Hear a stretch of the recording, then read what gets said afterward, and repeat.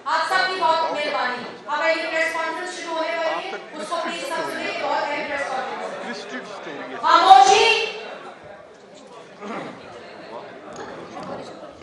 शेरनी दाढ़ी है।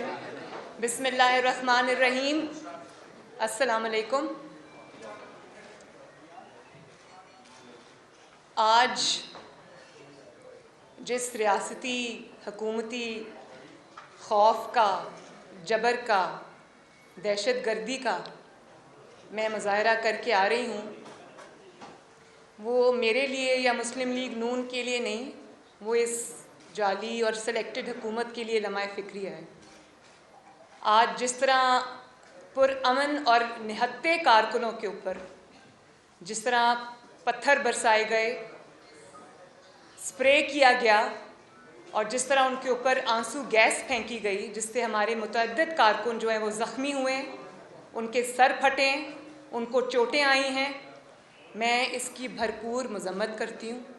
और साथ ही साथ मैं मुस्लिम लीग नून के कारकुनों को, मुस्लिम लीग नून के उन सपोर्टर्स को जो मेरे साथ इजहार यकजहती करने, मुस्लिम लीग नून की मोहब्बत में, मियाँ नवाज शरीफ की मोहब्बत में जो आज उस जबर का सामना करते हुए वहाँ खड़े रहे, मैं उनको मीडिया की वसातत से सलाम पेश करती हूँ। और आज मैंने पहली दफ़ा ये मुज़ाहरा देखा है कि एक तरफ से पत्थर आ रहे हैं, आपको एक नैब गर्दी का सामना है, आपके ऊपर आंसू गैस और वो पानी से वो हो रही है, लेकिन कारकुन खड़ा रहा, कारकुन हिला नहीं। तो मैं खराजे तहसीन भी पेश करती हूँ, सलाम भी पेश करती हूँ। और जो लोग ज़ख्मी हुए हैं उनके लिए मैं दुआ गो हूँ कि अल्लाह ताला उनको जल्दी सेहत याब करे। और राना साहब अभी फरमा रहे थे कि जिन कारकुनों को अरेस्ट किया है उनको इंशाअल्लाह ताला उनकी जो लीगल मुआवनत है वो भी पार्टी करेगी और उनकी खबरगिरी भी करेगी। इसके साथ साथ मैं अपने जो सिक्योरिटी गार्ड्स हैं उनका भी शुक्रिया अदा करना चाहती हूँ। अनसंग हीरोज़ होते हैं, उनका शुक्रिया अदा करना यहाँ बहुत ज़रूरी है कि जब मेरी गाड़ी नैब के नज़दीक पहुँची तो मुझे नहीं पता था कि उस साइड पे आवाम का एक समंदर है। मैं नहीं जानती थी क्योंकि मुझे गाड़ी में से नज़र नहीं आ रहा था। तो अचानक आंसू गैस और वो शेलिंग शुरू हो गई और उससे मेरी गाड़ी के इर्द गिर्द जो लोग थे वो ज़रा दूर दूर हट गए। मेरी गाड़ी बिल्कुल अकेली खड़ी थी, तन्हा खड़ी थी। इसी असना में सामने से नैब के दफ्तर के सामने से, बिल्कुल सामने से, जहाँ पे बैरिकेड्स लगे हुए थे उसके पीछे से, सामने से नहीं उसके पीछे से, बैरिकेड्स के पीछे से मेरी गाड़ी के ऊपर पथराव हुआ। और इतने बड़े बड़े पत्थर मैंने खुद देखे। मेरी गाड़ी बुलेट प्रूफ गाड़ी थी, उसके बावजूद उसकी जो विंड स्क्रीन है वो बिल्कुल टूट गई है। उसके अंदर बहुत बड़ा एक सिरे से दूसरे सिरे तक क्रैक आ गया है। और इसके अलावा भी उसकी छत पे पता नहीं कहाँ से वो पत्थर आए। मेरे सिक्योरिटी गार्ड्स फिर भी बिल्कुल, उनके पास कोई शील्ड नहीं थी, कोई प्रोटेक्शन नहीं थी, वो मेरी गाड़ी के आगे खड़े रहे। तो मैं उनको भी खराजे तहसीन पेश करना चाहती हूँ, उनका शुक्रिया अदा करना चाहती हूँ। और मेरे पे नैब ने अगर मुझे बुला ही लिया था, अगर एक मुज़िका खेज़ इल्ज़ाम तो लगाया नहीं, ये मेरे पास उनकी प्रेस रिलीज़ पड़ी है, ये सॉरी इनकी जो कॉल अप नोटिस है ये पड़ा है, ये मुझे परसों मौसूल हुआ है, परसों। और मीडिया के ज़रिए बड़े चालाकी के साथ बग़ैर ब्लैक एंड वाइट में कोई चीज़ लाए हुए मीडिया को इन्फॉर्मेशन रिलीज़ की और ये इशारतन ये कहने की कोशिश की गई, जो रंग उसको मीडिया पे दिया गया नैब की तरफ से अनऑफिशियली, कि शायद कोई ज़मीन है जो मैंने सस्ते दामों ख़रीदी है और उसमें कोई शायद मैंने किसी की ज़मीन पे कब्ज़ा किया है। तो ये है नैब का कॉल अप नोटिस, इसकी आप ज़रा स्क्रीनशॉट ले लें। इसमें मेरे पे एक इल्ज़ाम भी नहीं लगाया।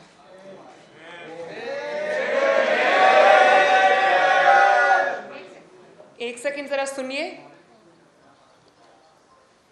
The inquiry conducted so far revealed that you have purchased land in Fala areas, Moza Sultan Ke, Moza Mal, Lakhowal and Moza Baduki Sani, District Lahore, and in this regard, you are required to provide details of the following: details of land acquired, purchased in each of the Moza, year-wise breakup, sources of funds, जो कि already उनके पास हैं, details of taxes and duties paid, provide details of subsequent sale of land if any, वो जानते हैं कि मैंने land की sale नहीं की, provide details of the use of the land, whether it is being used for cultivation or agricultural purposes. ये notice है, इसमें इल्ज़ाम कोई नहीं है, उसको बहुत वेग रखा गया है क्योंकि मुझे बुलाना मकसूद था। और अब मैं ये कहने में हक बजानिब हूँ कि मुझे बुलाने के पीछे, इस वेग से नोटिस के पीछे जिसमें कोई इल्ज़ाम नहीं है, मुझे बुलाने के पीछे मुझे नुकसान पहुंचाना मकसूद था। क्योंकि आज मेरे साथ जो सलूक किया गया, मैंने पाकिस्तान के 72 साल में ये होते नहीं देखा।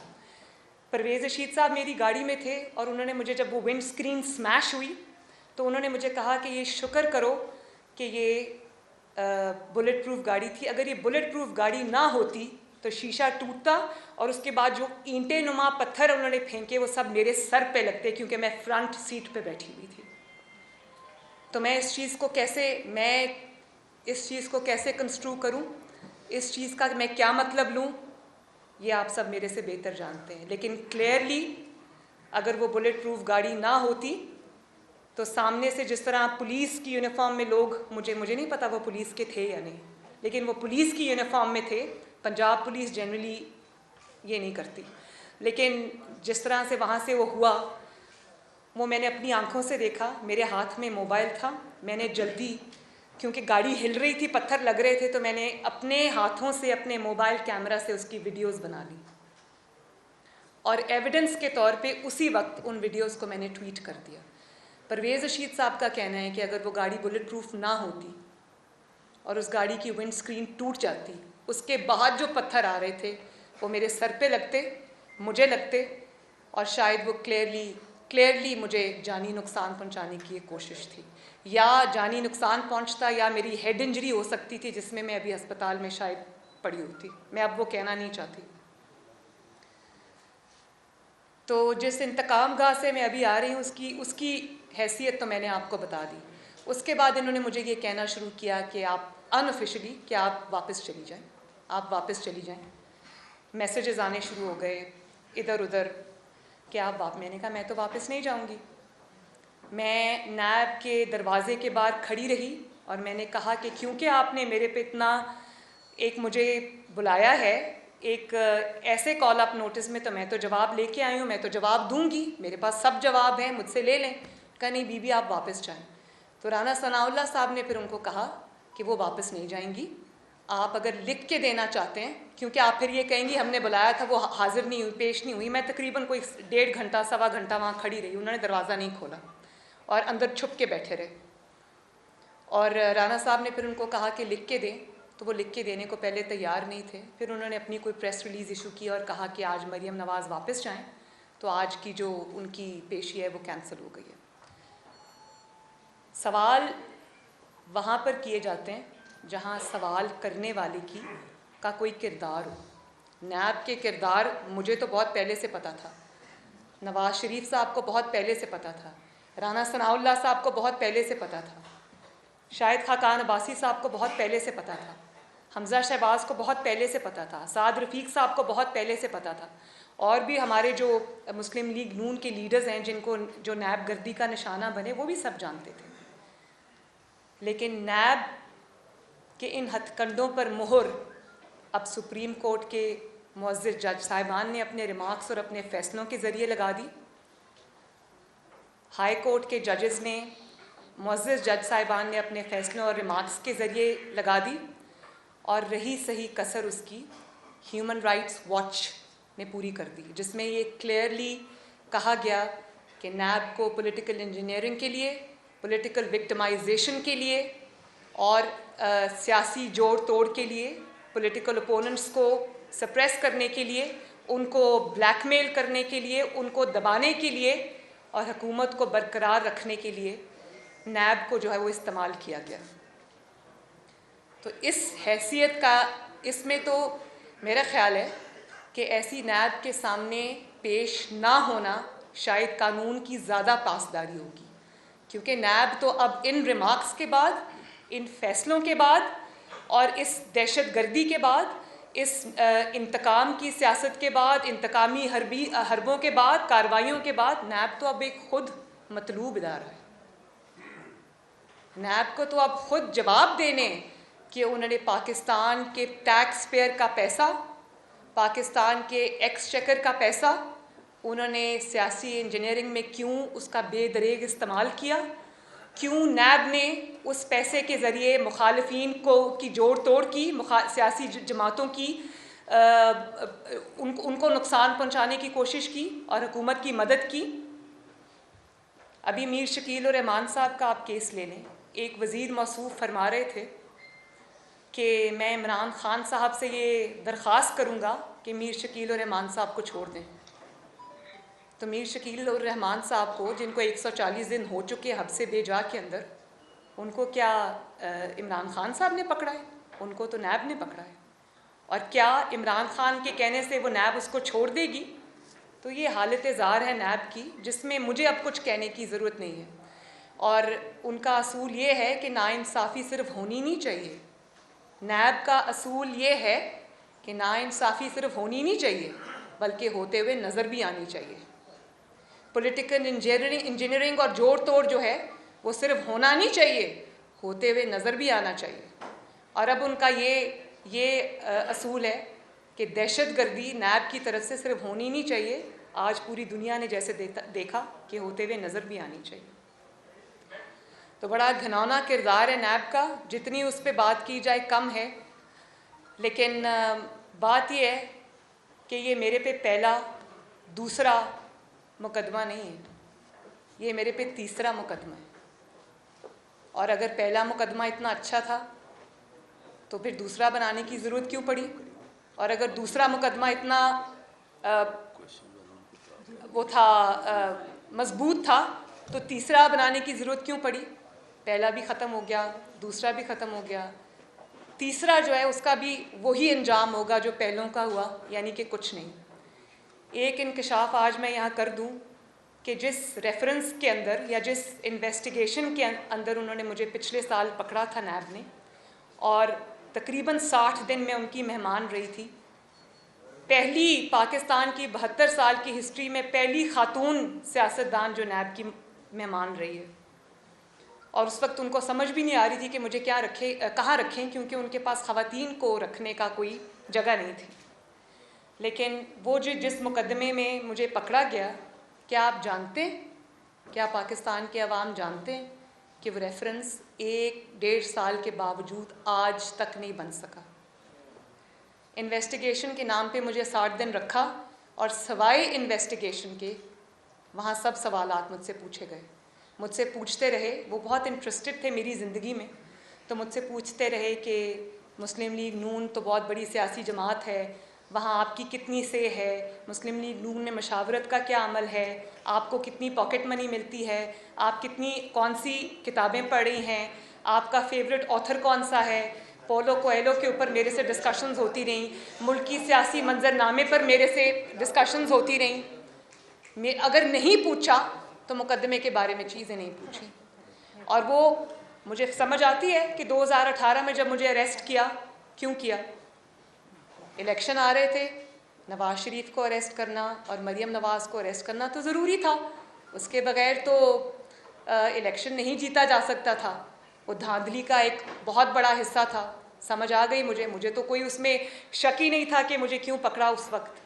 पिछले साल मुझे क्यों गिरफ़्तार किया इन्वेस्टिगेशन के नाम पे, वो भी समझ आती है कि एक के बाद एक मेरे ऐसे ज़बरदस्त जलसे हो रहे थे कि माशाल्लाह अवाम की एक लहर उठ रही थी, एक राय बन रही थी, एक तूफ़ान आ रहा था जिसको रोकना ज़रूरी था। और 8 तारीख को कश्मीर में मेरा जलसा था। कश्मीर पे हम अभी बाद में आते हैं।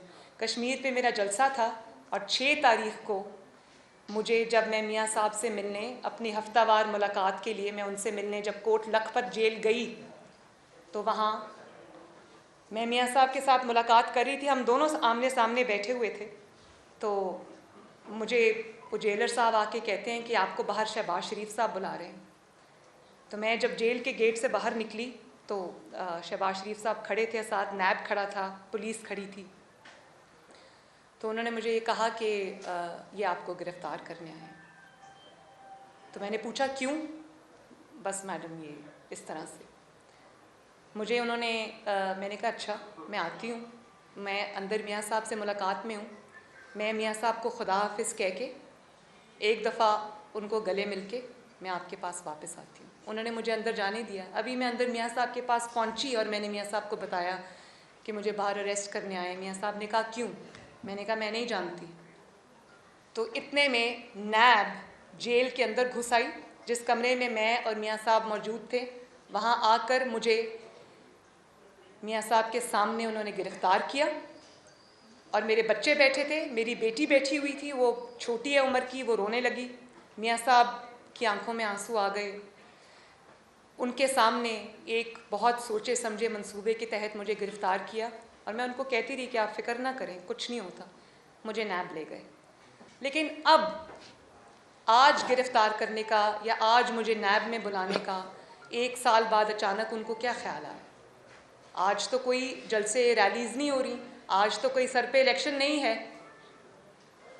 तो उस पे मैं सोच रही थी कि आज अचानक कौन सी कोई ऐसी चीज़ सिचुएशन आ गई है कि इनको ये करना पड़ा, मुझे बुलाना पड़ा फिर से।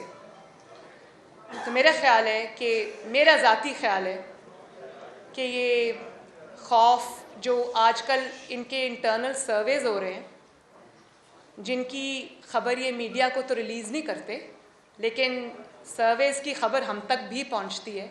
तो उन सर्वेज़ में मुस्लिम लीग नून और नवाज़ शरीफ का ग्राफ जो है वो पहले से कहीं ज़्यादा बढ़ गया है। और पंजाब के अंदर स्पेशली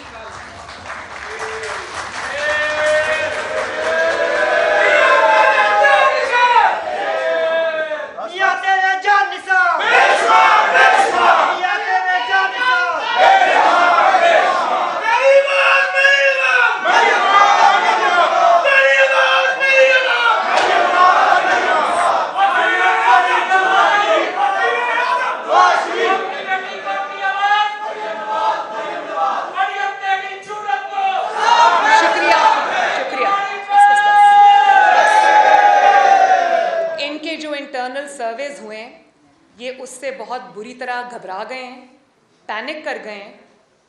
और उसके बाद इनको नवाज़ शरीफ का हर हरबा इस्तेमाल करके देख लिया, लेकिन मुस्लिम लीग नून का ग्राफ जो है वो पंजाब से उनको उनके सर्वेस के मुताबिक मुस्लिम लीग नून स्वीप कर रही है। तो ये वो खौफ है।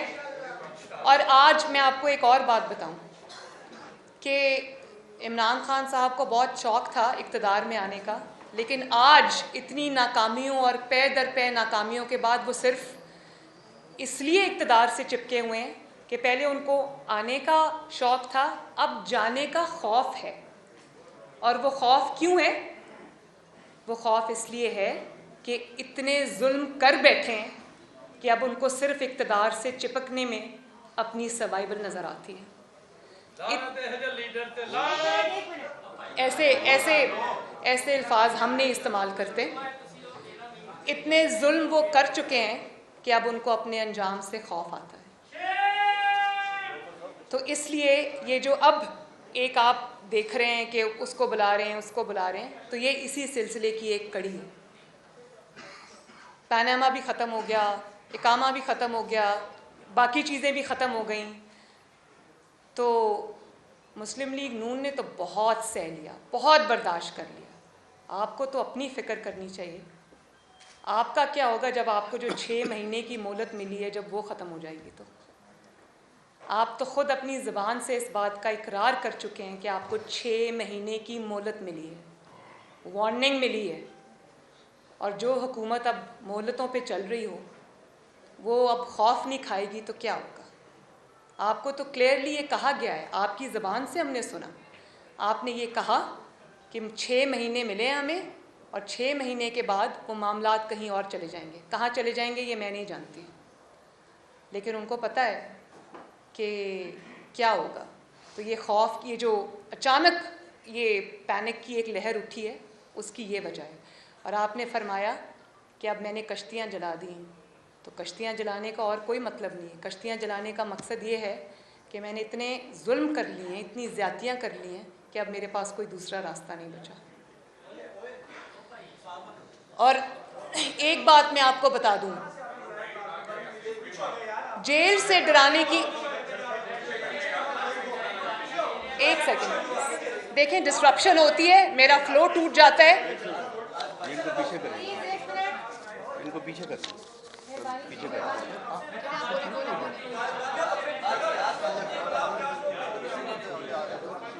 एक सेकेंड खामोशी इख्तियार करें प्लीज। एक मिनट प्लीज, एक सेकंड प्लीज।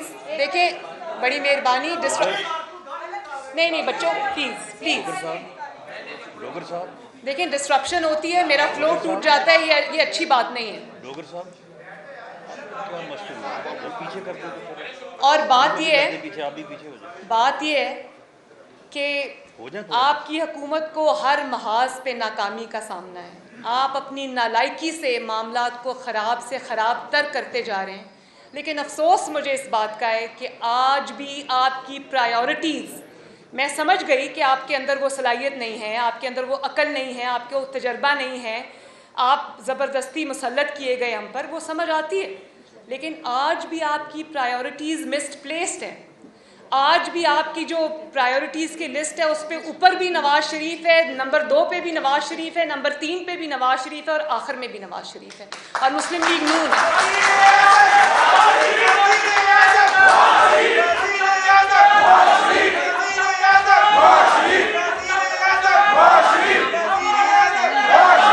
और देखें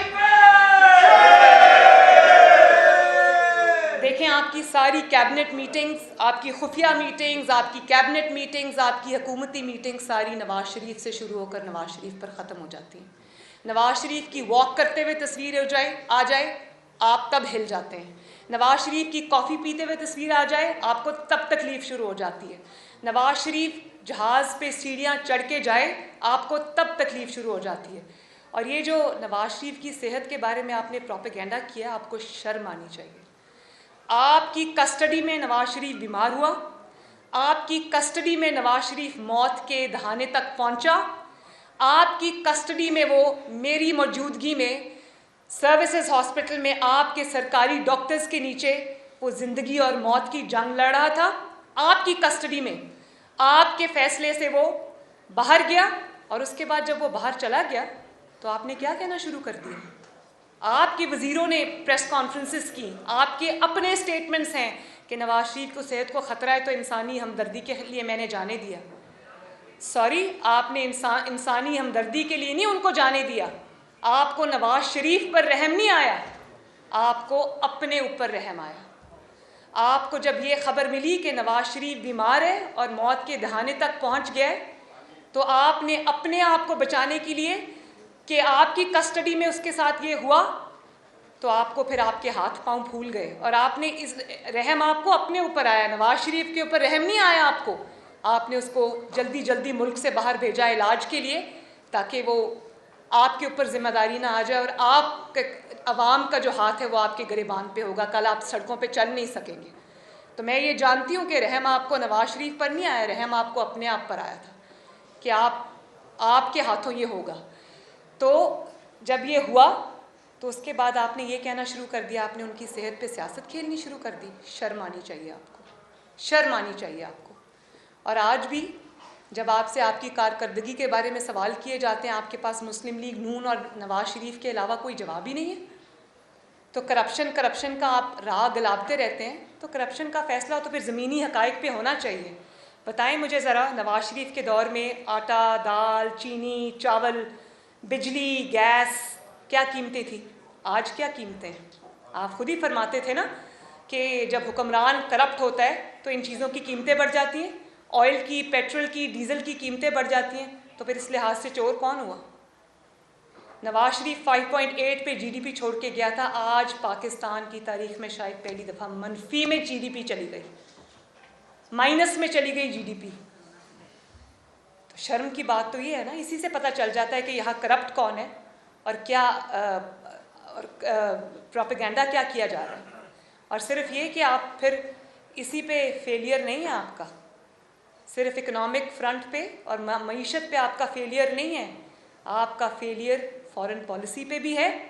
और ऐसा फेलियर है कि शर्म आ जाए इंसान को, सफारती महाज पर आप बुरी तरह नाकाम हुए।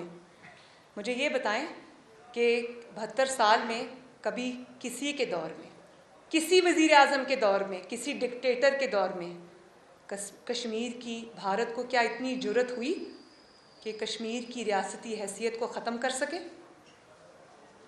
ये स्याह धब्बा भी आप ही के मुंह पे लगा। और आप तो बड़ा खुश आए थे ना अमेरिका से वापस के सालसी होगी कश्मीर पे, ये होगा वो होगा। कहाँ गई वो सालसी?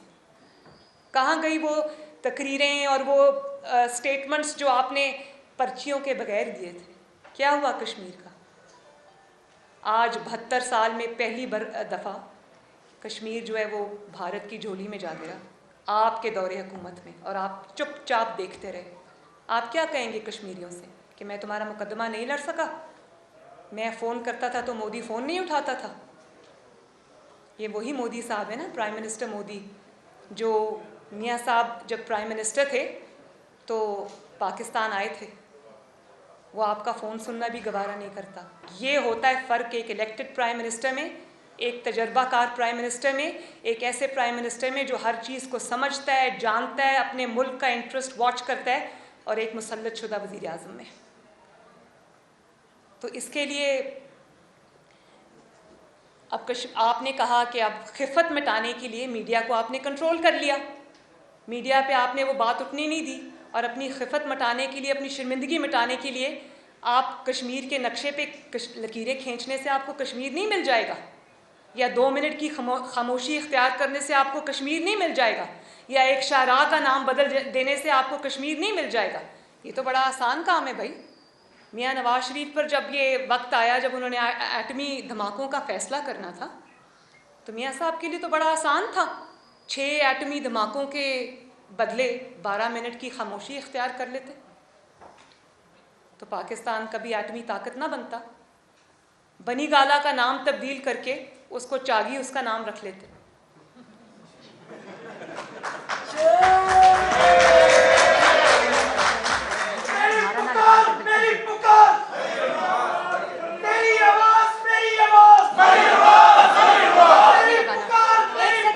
एक सेकंड प्लीज। और फिर फॉरेन पॉलिसी का हाल देख लें, अकल का हाल देख लें, समझ का हाल देख लें कि बचगाना और गैर जिम्मेदाराना बयानात देकर सऊदी अरब जैसे देरीना दोस्त और हमदर्द को नाराज़ कर दिया।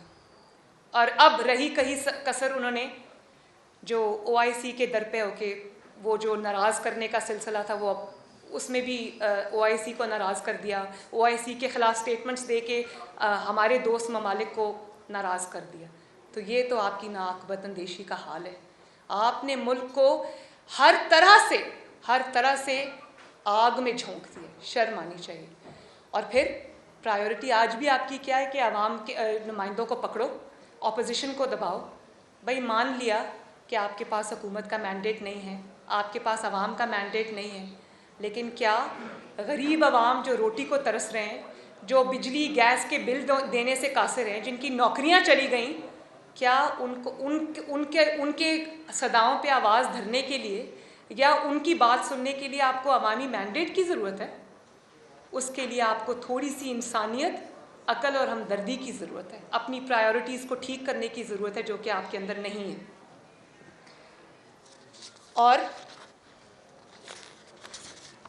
हाल आपका ये है कि नवाज शरीफ पे आप हर जगह तनकीद करते हैं, लेकिन नवाज शरीफ के बनाए हुए मंसूबों पर बड़ी ढिठाई से, कमाल ढिठाई से 6-6 बार अपनी तख्तियाँ लगाते हैं।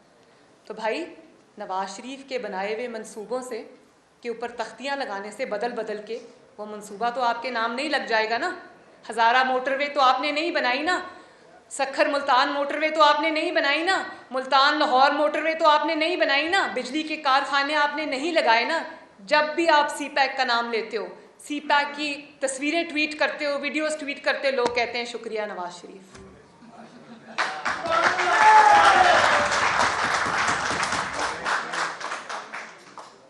शुक्रिया नवाज शरीफ की सदाएं आती हैं। आपको हर जगह नवाज शरीफ इसलिए नज़र आता है क्योंकि हर जगह नवाज शरीफ है और रहेगा इंशाअल्लाह।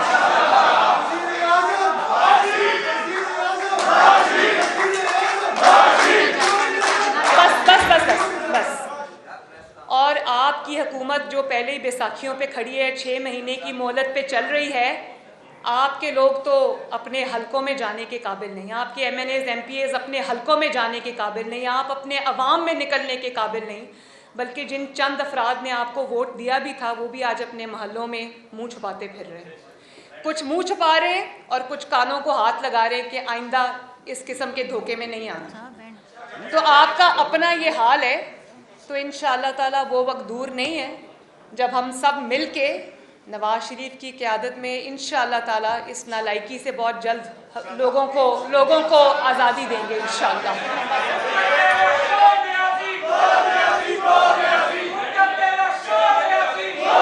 एक मिनट, अब नारा नहीं लगेगा कोई, प्लीज बारी बारी। मैंने आपको पहले गुजारिश की थी, ऐसे नहीं। उस्मान आप मैं आपको दे रही हूँ, सबको मैं इधर ही, हम सब इधर ही। जी फरमाइए।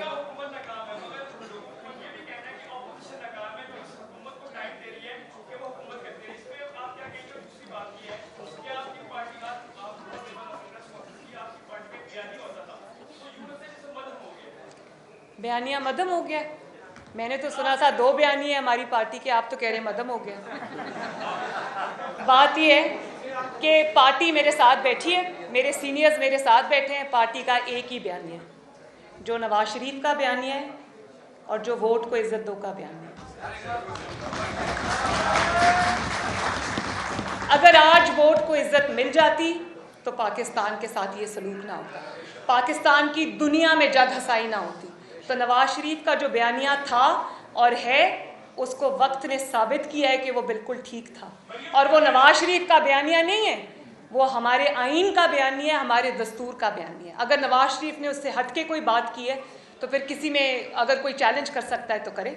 हम नवाज शरीफ, मरियम नवाज शरीफ, शाहिद खाकान अब्बासी, राना सनाउल्लाह साहब, जितने लोग यहाँ खड़े हैं, जितने लोग यहाँ नहीं हैं, शहबाज शरीफ साहब हो या कोई भी हो, सब एक बात पे मुत्तफिक हैं, वो है नवाज शरीफ की लीडरशिप और वोट को इज्जत दो।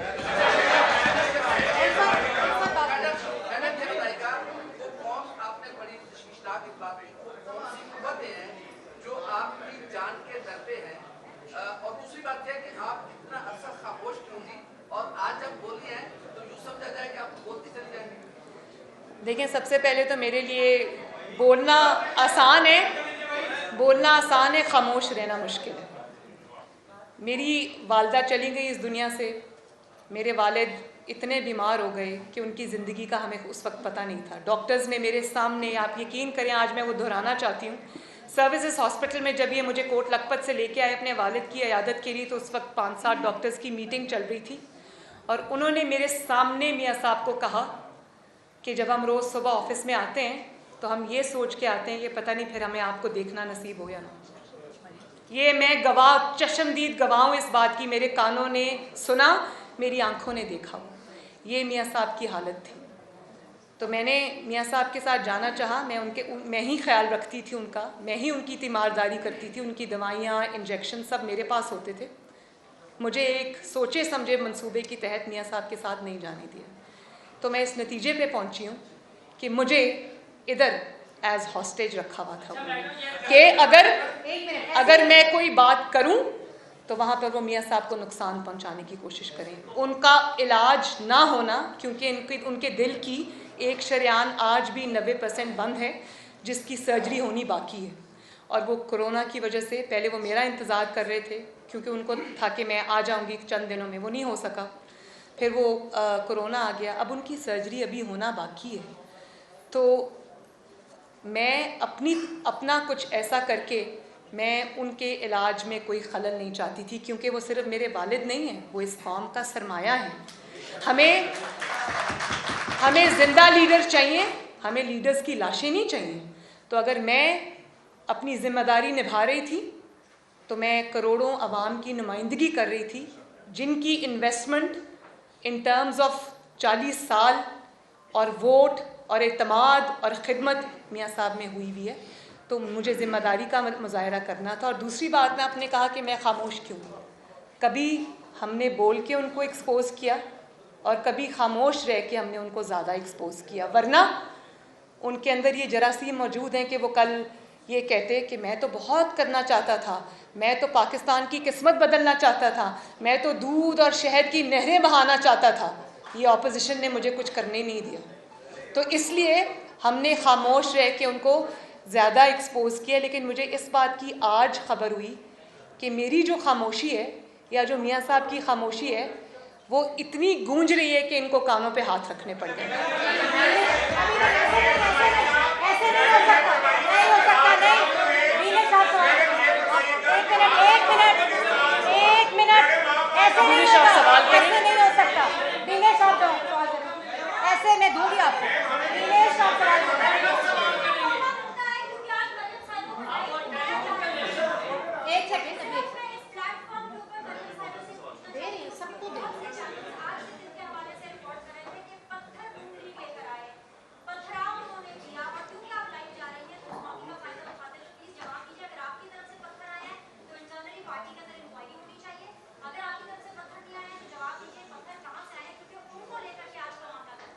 शुक्रिया बीनिश, शुक्रिया बीनिश। बात ये है कि बड़ा अच्छा सवाल आपने पूछा। एक सेकंड प्लीज़, इंटरप्शन ना कीजिए प्लीज़। बहुत अच्छा सवाल पूछा, थैंक यू। पत्थर मैं लेके आई और वो पत्थर मैंने फिज़िकली वहाँ प्रेजेंट हुए बगैर पुलिस की यूनिफॉर्म पहना के अपने कारकुनों को उनके हवाले किए और फिर अपने ऊपर फिकवाए।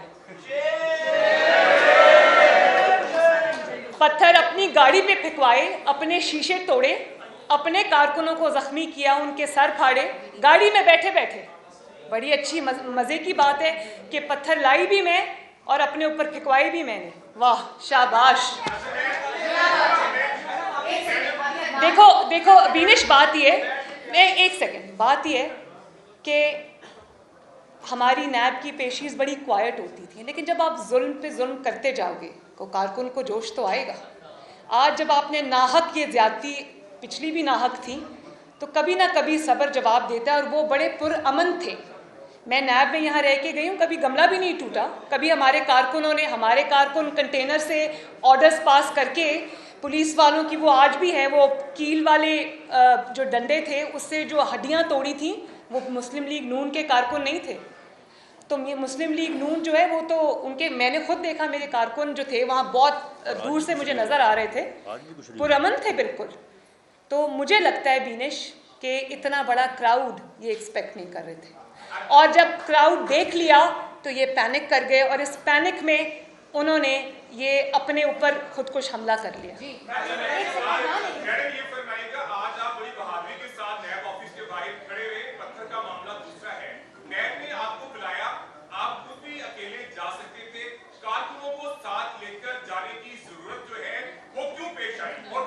एक मिनट, पहले इसका जवाब सुन ले, पहले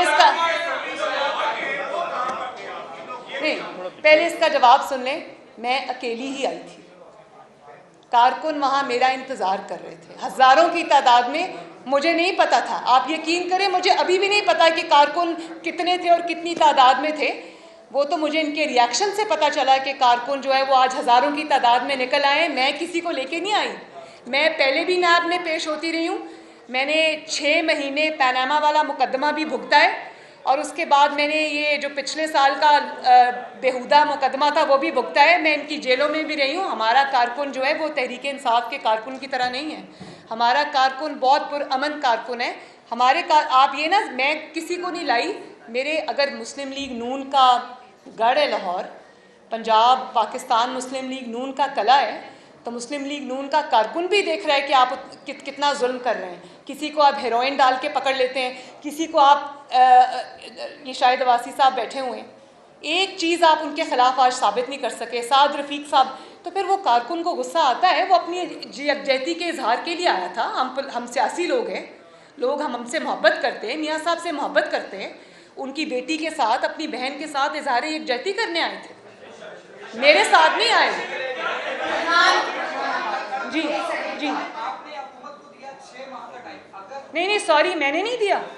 आपको किसने कहा मैंने दिया भाई?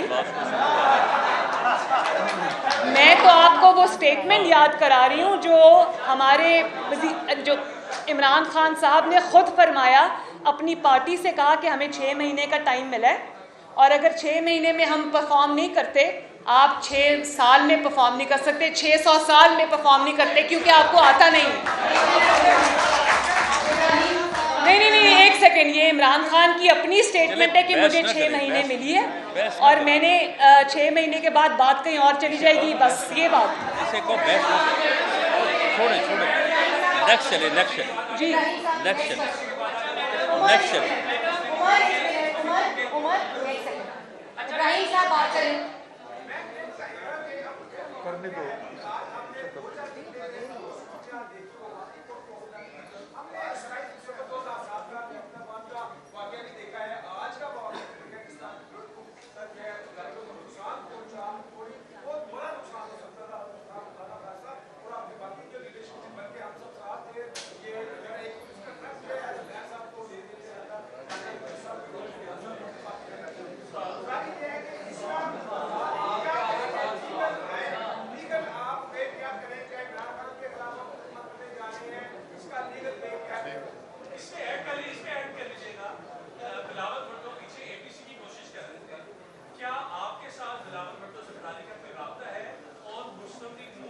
लीगल टीम इसको बैठ के देखेगी इसको।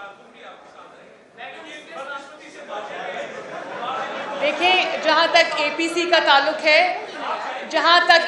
का ताल्लुक है, वहाँ पर मियाँ साहब की क्लियर इंस्ट्रक्शंस हैं पार्टी को भी कि एपीसी के फोरम को भरपूर तरीके से इस्तेमाल किया जाए। मौलाना फजलुर रहमान साहब की सरबराही के अंदर और उनकी सुपरविजन में, और उनको जो है वो पूरी तरह उनसे ताउन किया जाए, और जो फैसले भी हों वो अपोजिशन को यूनाइटेड करके एपीसी के फोरम से होने चाहिए। ये मुझे पता है कि मियाँ साहब की क्लियर इंस्ट्रक्शंस हैं इस पर।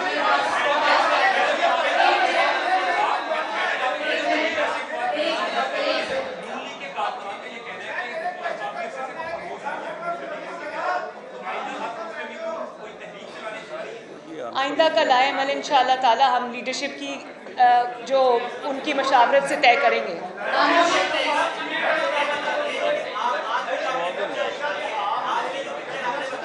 अब लास्ट ले लो।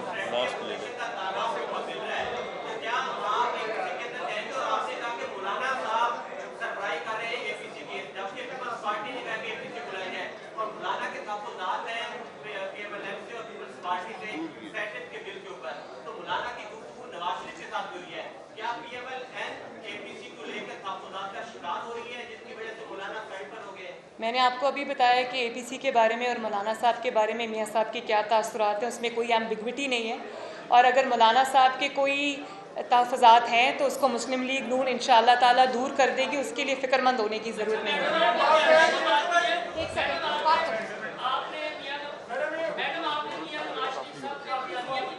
जी जी जी,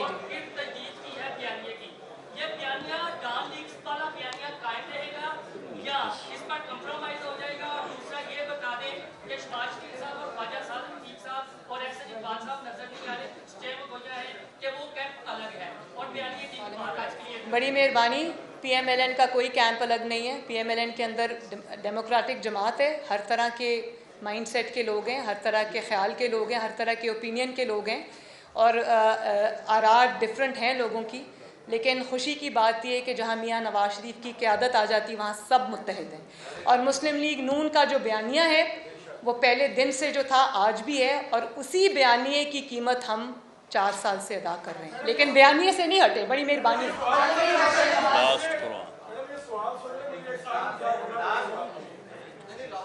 सवाल ये है कि जब 2013 में यहाँ नवाज शरीफ साहब की हुकूमत आई तो इमरान खान ने 36 सीटें फंसा दिया। अब 2 साल गुजर गए, सूरत आपने सारी बता दी है इमरान खान की। वो कौन सी पावर्स हैं जिन्होंने 36 दिन इमरान खान को इस्लामाबाद में ठहर रखा, लेकिन आप इस्लामाबाद जाए नहीं हो? मुझे इस्लामाबाद जाने से बोलो? मैं अभी इस्लामाबाद जा ही नहीं रही।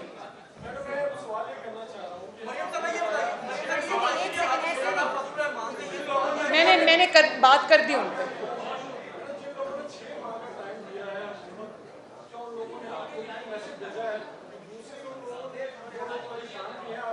ना हमें कोई मैसेज भेजते हैं ना हम किसी से बात करते हैं। मेहरबान। आप यहाँ पर बात करें। नहीं बस एक सेकंड भाई।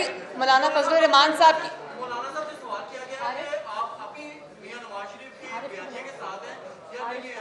हो गई बात यार, हो उन्होंने गई ये बात। कहा कि अब हालात बदल चुके हैं, अब मियां नवाज शरीफ से ये पूछें कि वो मेरी पॉलिसी के साथ हैं या नहीं है। तो इसे क्या वो मौलाना साहब और मियां साहब आपस में खुद बात कर लेंगे। शुक्रिया जी।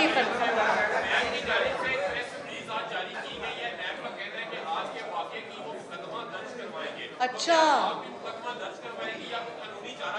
क्या बात है। इतनी मासूम नैब, इतनी आइन और कानून पे चलने वाली नैब, अगर उनकी अदालतों में जो दुर्गत बनी वो उसी को देख लें तो उनको आज कोई प्रेस रिलीज करने की ज़रूरत पेश नहीं आई।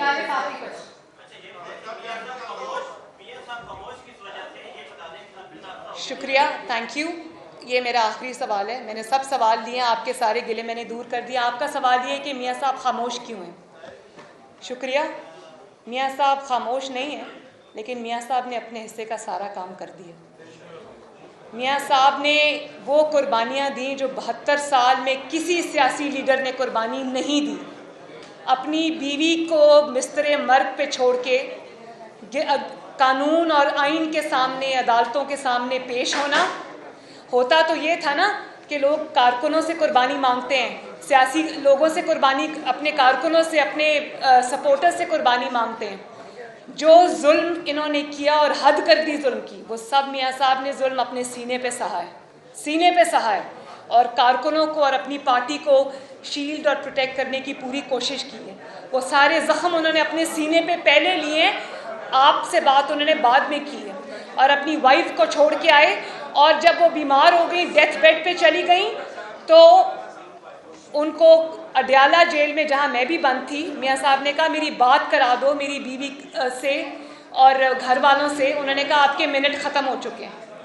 3 दफ़ा के प्राइम मिनिस्टर के साथ जब पाकिस्तान का कोई भी मंसूबा उठा के देख लें, उस पर नवाज शरीफ की मोहर लगी हुई है, उस पर मुस्लिम लीग नून की मोहर लगी हुई है। चाहे कोई मोटरवे हो, एटॉमिक एक्सप्लोजन्स हो, सड़कों का जाल हो, मोटरवे हो, बसेज हो, रैपिड बस हो, ऑरेंज ट्रेन हो, बिजली के मंसूबे हों, चाहे वो मुल्तान से सखर मोटरवे हो, हज़ारा मोटरवे हो, जो चीज़ आप उठा लें उस पर नवाज शरीफ का नाम लिखा है।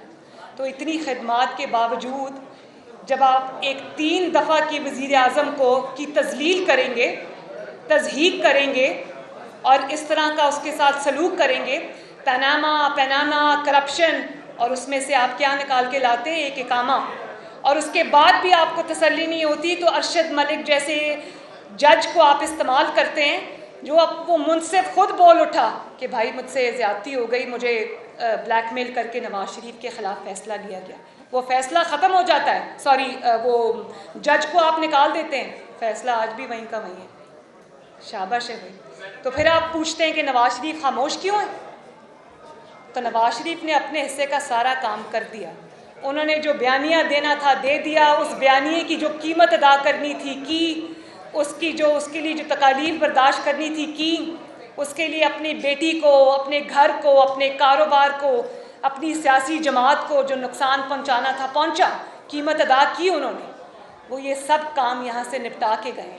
और इंशाअल्लाह ताला जैसे ही उनकी सेहत बेहतर होगी और वो वापस आएंगे और इंशाअल्लाह ताला अपने काम को जहाँ से छोड़ा था वहाँ से उठाएंगे।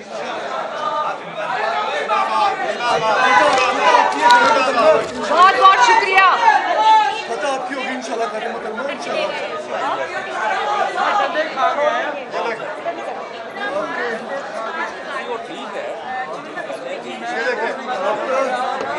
आपका सिपाही कुर्बान हो गया, आपके